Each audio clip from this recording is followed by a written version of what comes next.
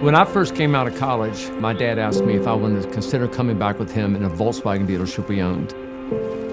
And I told him that I first wanted to go to graduate school in theology because I wanted to ground my faith much more biblically and theologically as I went forward. And then that I wanted to do every job in a dealership and I would get paid just like it.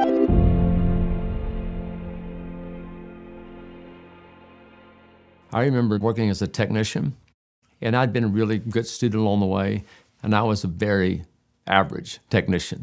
And I remember struggling, and one time I'm working on this exhaust manifold, intake manifold, and I get rust in my eyes, it's burning up hot, and I'm like, why am I doing this? I could be in graduate school right now. I could have gone here. I'm doing this right now. But my idea was I want to actually experience the struggles everybody went through when they did their jobs. I did that for 4 years, and then I went back to graduate business school.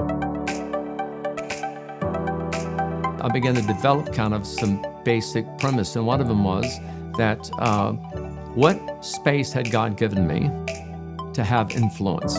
What does it mean for me to actually live love in that setting? And what does it mean to actually bring hope to these people's lives and encourage them as people?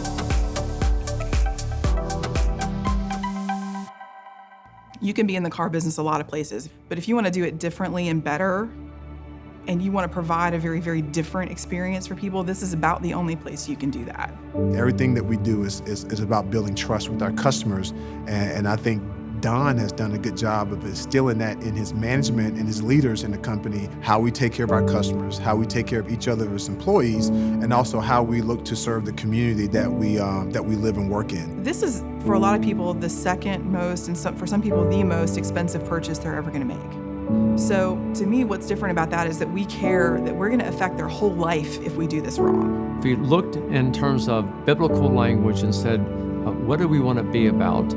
How does that give expression to what we're trying to do now in terms of what would be animating the culture or our ethos inside of our business? We said the first thing has to be trust. And to be a person that our organization is trustworthy, we have to ask, what does that actually mean?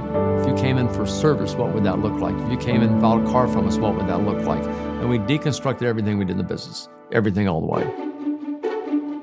So you entrust your car to us, and you're at a really disadvantage. You don't know anything about cars, and you can't get around if you don't have a car. So it's pretty easy for somebody to take advantage of somebody else. What would that look like for us to say that could never happen here? And we came out and said, we can only give you one estimate. So we came back with more than we had to basically eat that. It means that if we didn't fix it right the first time, you never paid again. It meant that you couldn't be inconvenienced. We'd go pick up your car and bring it back to you. And the price that we quoted would never be more than that, no matter what. No matter if we made a mistake or not, it'd be done one time. Some of the things that people experience out in the industry is just the hiding of information. We do the opposite. We want to tell them every single thing. So us being profitable is not about us having more information than the customer. It's about us giving value and providing a really, really fantastic service for people, not only when they buy their car, but long after when they service their car. If negotiation is basically based on asymmetrical knowledge, in the sense that I know something you don't know and I can use that against you, then we can't do that anymore. So we changed the whole way cars are priced, how we came to market. Instead of starting at the top and negotiating down prices, we came right up front with the price. We looked at the way we appraised cars too. We went to the open books. You can see how we arrived at the price. In the financing world, long before there were caps on financing, we said we have to cap it.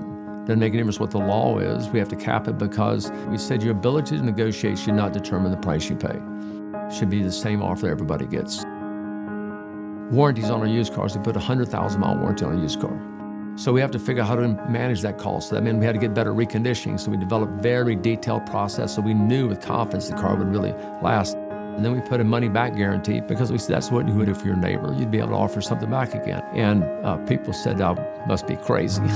They took all that. They said, well, if I said I was really going to treat a person like my neighbor or like a guest in my home, that's what I would do. So why aren't we doing that? How do we kind of re-engage in the trust relationships?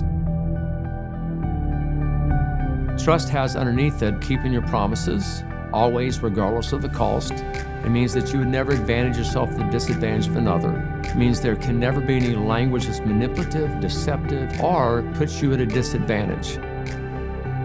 If you said, you can make $1 trillion, but we can't treat people like this anymore, or we can't treat customers like that, so I just don't want to make it. That's not success for us.